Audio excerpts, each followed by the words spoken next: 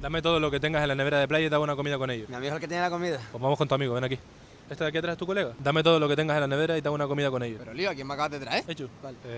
Vete pelando la cebolla, por favor. Vamos a cortarla en brunoise. ¿Sabes lo que es brunoise? No. Yo ahora te explico. Orgánico. Te lo voy a enseñar una vez, ¿vale? No te lo voy a enseñar 2 veces. Cortes verticales. Le metemos después horizontal. Y luego, mire, te miro. Profesional. Cógeme ahí un puñadito de queso. A ver. Está bien. Y ahora pónmelo en el medio del sartén. Ahora.